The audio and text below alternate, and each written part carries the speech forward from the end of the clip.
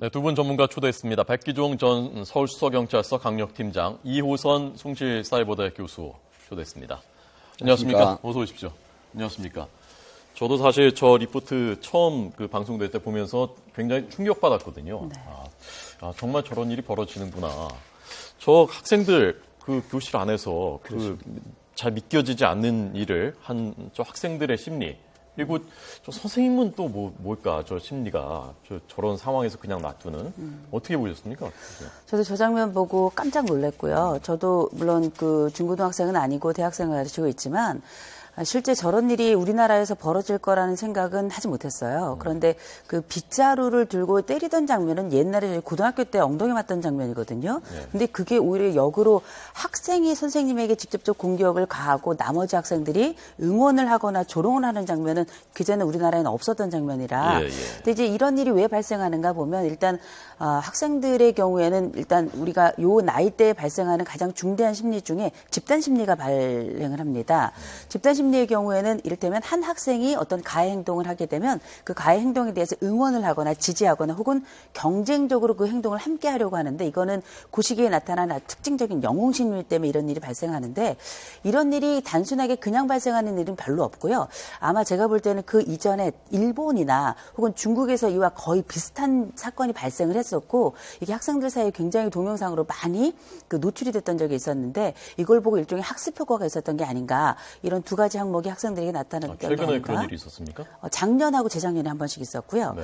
그다음에 교사 같은 경우에는 저는 이 교사의 마음이 어땠을까 생각해 보면 완전히 무기력해졌을 것 같아요. 그런데 문제는 이 교사가 보면 거의 대응을 안 하고 있다는 겁니다. 옛날 선생님 같으면 뭐 정 안 되면 뭐 소리를 지르든지, 옛날 중고등학교 교사 같았으면 아마 욕도 했었을 수도 있을 거예요. 그런데 그때 당시엔 그게 또 통했었고, 그게 옳고 그름을 떠나서 선생님이 하는 그 언성이나 선생님의 그 말씀에 순응하는 것이 기본적으로 학생의 역할이었고, 또 교사는 그럴 수 있는 일종의 권한을 가지고 있었거든요. 그런데 지금의 교사가 반응하는 방식을 보면 굉장히 무기력하고 내가 이거를 견뎌야 된다는 느낌까지 받기 때문에 이런 상황은 아마 그 교사가 처했던 어떤 직업상의 현실에서 나오는 게 아닌가, 그런 생각이 좀 듭니다. 네, 저게 기간제 교사라서 저런 일이 발생할 수 있는 겁니까? 아니면 정도는 다르지만 기간제가 아닌 선생님들한테 저런 일이 발생하고 있는 겁니까? 근소한 차이가 있긴 합니다만 기간제 교사라는 측면이 있습니다. 왜 그러냐면 정규 교사들 사이에서도 기간제 교사는 일부지만 정규 교사로서 그 풍토, 그 대우를 받지 못하는 풍토가 있거든요. 그런 부분이 결국 학생들 심리에도 영향을 미칩니다. 그래서 지금 교권 확립 차원에서 학생들이 교사를 존중하고 존경하는 부분이 상당히 없어져 버렸거든요. 이런 부분이 작용을 하지만 결국은 기간제 교사라는 그런 측면, 저분은 우리를 가르치긴 하지만 학교 선생님이 아니다는 그런 심리가 은연중 잠재되고 있다는 것이죠. 그런 부분 때문에 결국은 있어서는 안 되는 그런 행태가 벌어진 건데, 지금 3월 달부터 이 기간제 교사 근무를 했거든요. 그런데 이런 부분이 결국은 학교 자체의 교권 확립을 저해하는 그런 요소가 되는데, 학생들이 기간제 교사라고 해서 교사로서 존중하지 않는다는 부분은 결국 학교 책임으로 저는 보거든요. 그렇기 때문에 학교 자체에서도 여기에 대한 어떤 특단의 방지 대책이 세워져야 된다, 이렇게 보는 것이고요. 또 하나 말씀드리는 건, 대부분 교사분들이 뭐 학생을 사랑하기 때문에 처벌을 원치 않는다는 그런 식으로 포장을 해서 말씀을 하시는데, 사실은 강력한 처벌을 원해야 됩니다. 왜? 내가 이 학생을 처벌하지 않는다고 하면 그분이 어떤 존중을 받거나 존경을 받는 게 아니라 다른 교사들에게 피해를 또다시 주는 거거든요.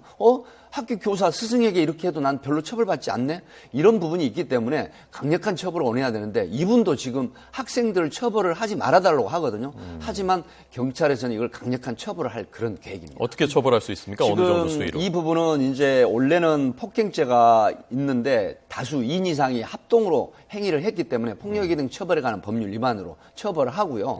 또 한 학생, 이 교사를 교실 안에서 폭행을 하고 육두문자로 욕질을 하는데 한 학생은 또 이걸 찍어서 SNS에 올렸거든요.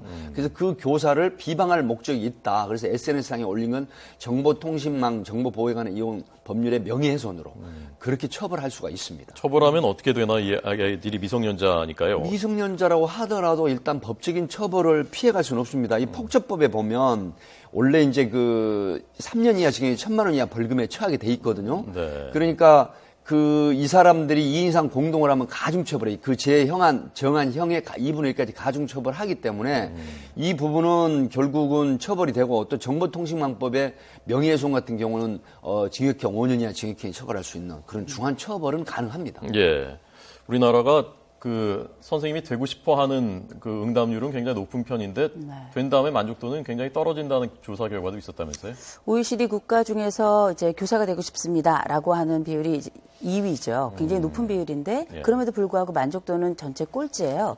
왜 이런 일이 벌어지는가? 네. 여러 가지 이유가 있겠지만 일단은 제일 첫 번째가 선생님들의 권위가 많이 떨어진 겁니다. 예. 그 떨어지게 된 원인에는 크게 두 가지가 있을 텐데 하나는 뭐냐면 학부모들, 특별히 그 교사보다 훨씬 고학력이 된 학부모들이 그 교권에 대한 직접적인 뭐 지시라든지 아니면 간섭을 하고 있고요. 예. 또 하나는 이제 학원의 등장입니다. 유명 학원의 유명 강사들에 대해서는 정말 한도 끝도 없는 대접이 이루어지는 반면에 학교에서 하는 그 교육 자체가 지금 현재 그 학원에서 하고 있는 사교육의 그 정도나 아니면 속도 이런 걸 따라가지 못하고 있기 때문에 학생들도 전체적으로 학원에 있는 강사는 존중을 하지만 또 교사는 그만큼 존중하지 않는 비율이 굉장히 높고 오히려 의무 교육 안에서 우리를 통제하기만 한다. 이런 일종의 피해의식을 가지는 경우가 많아요.